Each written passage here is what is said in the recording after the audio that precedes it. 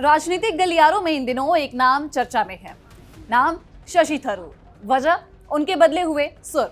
विपक्ष की पहली लाइन का नेता होते हुए भी थरूर कई बार केंद्र सरकार और प्रधानमंत्री मोदी के फैसलों की खुलकर तारीफ करते हुए नजर आते रहते हैं और हर बार उनकी ये तारीफ कांग्रेस खेमे में हलचल मचा देती है और शायद एक बार फिर ये हलचल मच सकती है, क्योंकि एक बार फिर से ऑपरेशन सिंदूर के बाद शशि थरूर ने पीएम मोदी की तारीफों के पुल बांध दिए, जिसके बाद से सियासी पारा हाई होने के कयास अब लगाए जा रहे हैं। दरअसल आपको बता दें कि प्रधानमंत्री नरेंद्र मोदी ने छठे रामनाथ गोयनका व्याख्यान में मैकाले की मानसिकता से देश को बाहर निकालने की तेज हुंकार भरी।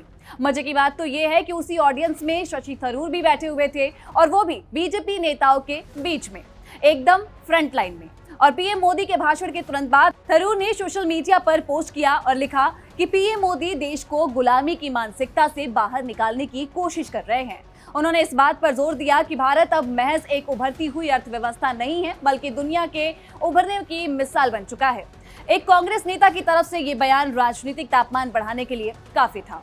थरूर यहीं पर नहीं रुकते हैं, उन्होंने मैकाले की विरासत पर भी पीएम मोदी के द्वारा किए गए हमलों की जमकर तारीफ की। साथ ही उन्होंने ये भी कोट किया कि पीएम मोदी ने कहा कि उन पर हमेशा से चुनावी मोड में रहने का आरोप लगता है, लेकिन लोगों की समस्याओं पर बात करते हुए वो इमोशनल मोड में रहते हैं। आगे वो लिखते हैं कि प्रधानमंत्री सिर्फ राजनीति नहीं कर रहे, बल्कि भारत की सांस्कृतिक और वैचारिक नींव को फिर से मजबूत करने की अपील कर रहे हैं। खांसी जुकाम के बावजूद कार्यक्रम में मौजूद रहकर थरूर ने कहा कि मैं खुद को सौभाग्यशाली महसूस कर रहा हूं।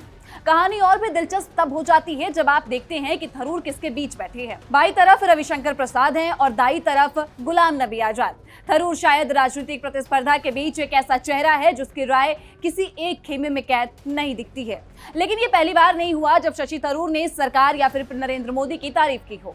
इससे पहले अमेरिका में हुई F-35 डील पर उन्होंने कहा था कि ये भारत की वायुसेना को एक नई ताकत देगी, जबकि उनकी पार्टी उस वक्त F-35 को बेकार ठहरा रही थी।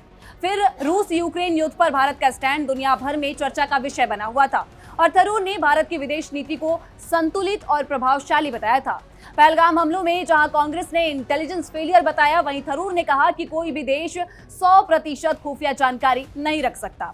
और ऑपरेशन सिंदूर को जब कांग्रेस ने सैन्य सफलता कहा, थरूर ने कहा कि ये सरकार की सटीक प्लानिंग का नतीजा है। वहीं हालिया में बिहार चुनाव नतीजे पर भी विपक्ष लगातार वोट चोरी करके जीतने का इल्जाम लगा रहा था, लेकिन थरूर ने वोट चोरी का कोई जिक्र नहीं किया और ना ही कोई कड़ी प्रतिक्रिया दी। तो शशि थरूर अब तक के एक ऐसे नेता बनकर उभरे हैं जो बेबाक बयान देने के लिए जाने जाते हैं। हालांकि वो कांग्रेस के सांसद है, लेकिन जब भी पीएम मोदी की तारीफ करने का मौका उनको मिलता है तो वो कर ही जाते हैं।